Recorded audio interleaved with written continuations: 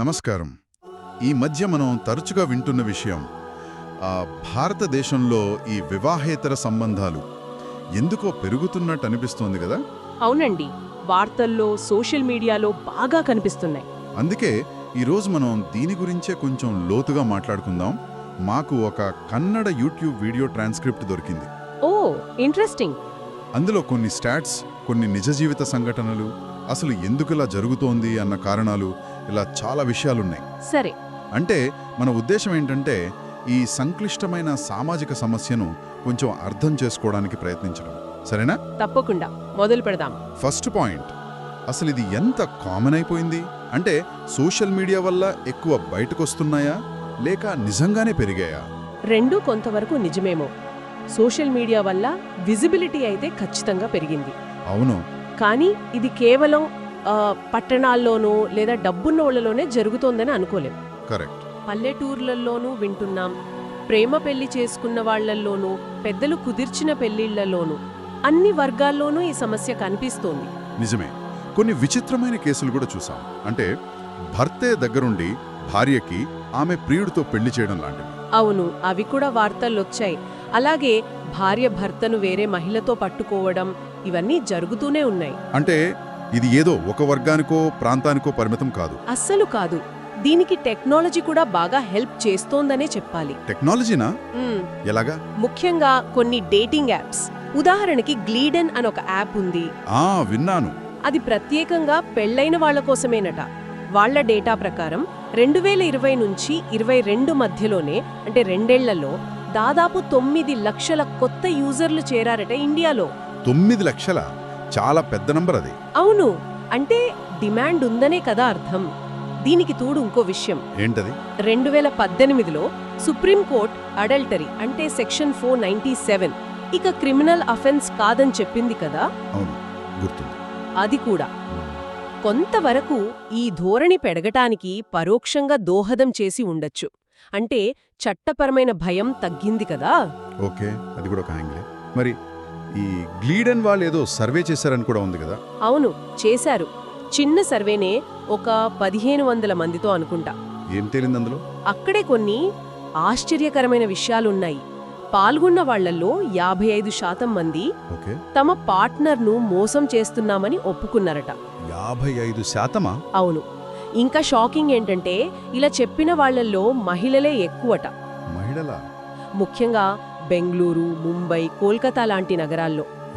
అంతేకాదు 48% మంది ఏకంగా ఒకేసారి ఇద్దరిని ప్రేమిస్తున్నామని చెప్పారట. అదిలా సాధ్యం? ఏమో మరి. ఇంకో పాయింట్, 41% పెళ్లైన ఆడవాళ్లు తమ భర్త కాకుండా వేరే వాళ్లతో ఫిజికల్ రిలేషన్ ఉందని ఒప్పుకున్నారు. అదే మగవాళ్లలో అయితే 26% మాత్రమే. ఇది చాలా డిఫరెంట్గా ఉంది, సాధారణంగా అనుకునేదానికి భిన్నంగా. నిజమే. అయితే ఇందాక చెప్పినట్టు ఇది చాలా చిన్న సర్వే, కేవలం 1500 మంది. వాళ్లు ఎంత నిజాయితీగా చెప్పారో కూడా మనకు తెలీదు. అవును, దాన్ని అందరికీ ఆపాదించలేం.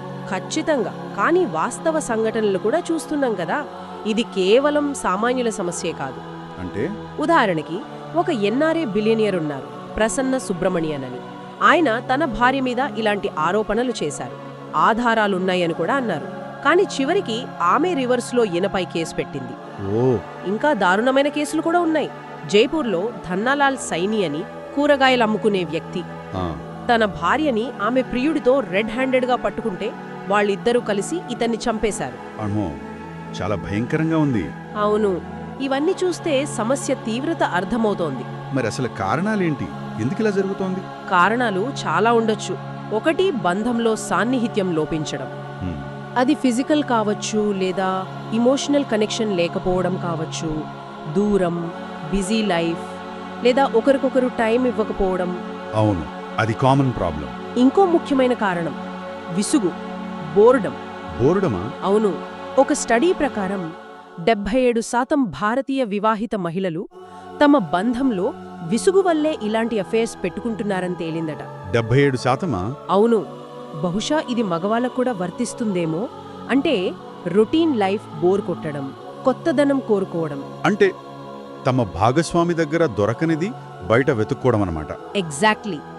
దానికి తోడు ఈ సినిమాలు వెబ్ సిరీస్లు సోషల్ మీడియా ప్రభావం కూడా తక్కువేం కాదు.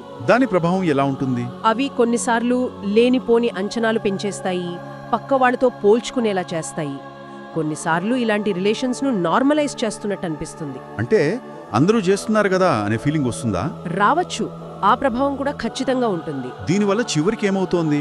నమ్మకం పోతోంది కదా. అదే, వివాహ వ్యవస్థ మీదే నమ్మకం తగ్గుతోంది. ఒకరినొకరు నిందించుకోవడం, అబ్బాయిలు అమ్మాయిని నమ్మరు, అమ్మాయిలు అబ్బాయిని నమ్మరు. తప్పు ఎవరిదైనా సరే దెబ్బతినేది బంధాలే. నిజం. సో మనం చూసినట్టు భారతదేశంలో ఈ వివాహేతర సంబంధాలు పెరగడానికి టెక్నాలజీ, మారుతున్న విలువలు, వ్యక్తిగత బంధాల్లో లోపాలు, మీడియా ప్రభావం, ఇలా చాలా కారణాలున్నాయి. అవును. ఇవన్నీ కలిసి ఈ ధోరణికి కారణమవుతున్నాయి. ఇది చాలా సీరియస్ పరిణామాలకు దారితీస్తుంది, నమ్మకాన్ని పూర్తిగా దెబ్బతీస్తుంది. ఆ రిపోర్ట్లో చెప్పినట్టు మొదట్లో అదో థ్రిల్లాగా ఆకర్షణీయంగా అనిపించొచ్చు, కానీ చివరికి మిగిలేది బాధే. కరెక్ట్. ఇదంతా చూశాక ఒక ప్రశ్న మిగిలిపోతోంది. ఏమిది? ఈ రోజుల్లో అసలు సంబంధాల్లో నిబద్ధత అంటే ఏంటి? ఒక బంధంలో వచ్చే సమస్యలను నిజాయితీగా కలిసి ఎలా ఎదుర్కోవాలి? దీని గురించి మనం ఆలోచించుకోవాలేమో.